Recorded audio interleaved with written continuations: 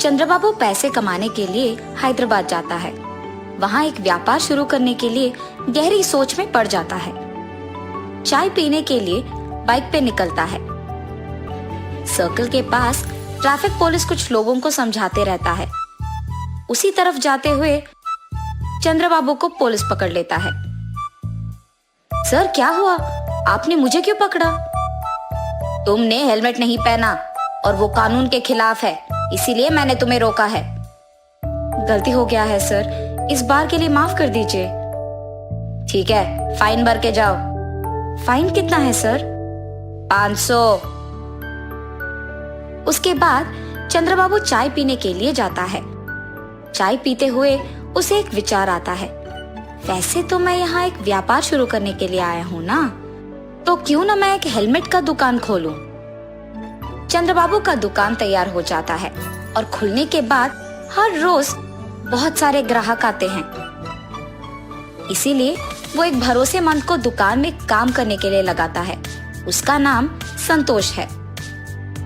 मैं बाहर काम पे जा रहा हूँ संतोष। जी साहब, मैं यहाँ दुकान संभालूंगा। ऐसे कुछ दिन बीत जाते हैं। उसका व्यापार अच्छा चल रहा था और बहुत लाभ भी आता है। लाभ को देख संतोष लालची बन जाता है। हमेशा की तरह चंद्रबाबू जब कुछ काम पे बाहर जाता है तो उस समय में संतोष कुछ पैसे चुरा लेता था दुकान से और चंद्रबाबू को कोई शक नहीं होता है। ऐसे ही कुछ दिन गुजर जाते हैं। संतोष, तुम्हारा वेतन कम है ना? जी साहब। ठीक है, अब से तुम्हारा वेतन होगा 10,000 रुपए। बहुत बहुत शुक्रिया साहब। अब से इस दुकान का ख्याल तुम्हें ही रखना होगा, ठीक है? मुझे गांव जाना होगा, वहां कुछ काम है। 10 दिन बाद आऊंगा।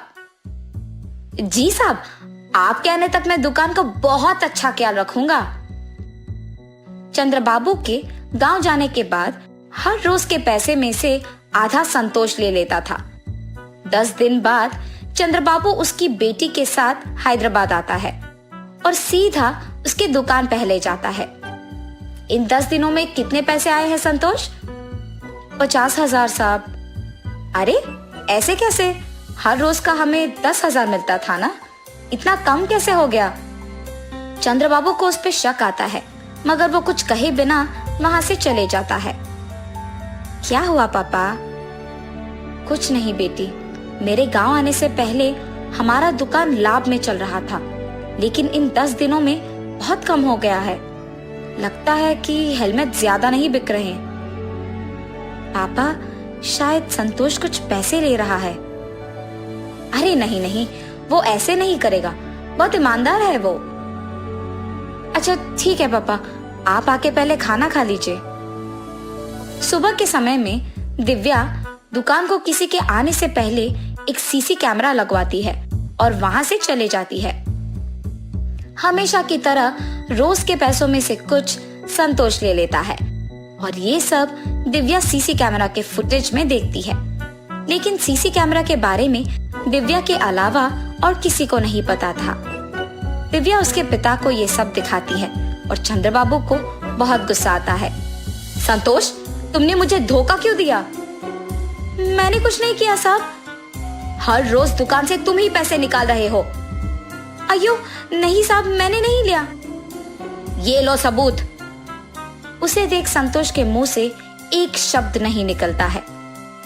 मुझसे बहुत बड़ी गलती हो गई है साहब, मुझे माफ कर दीजिए। तुम्हारे भरोसे पे मैंने इस दुकान को छोड़कर अपने गांव गया हूँ और तुमने मुझे धोखा दिया।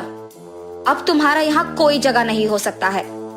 अगर कोई हम पे भरोसा रखता है तो हमें उनका भरोसा ऐसे नहीं तोड़ना होगा। धोखा देना बुरा है।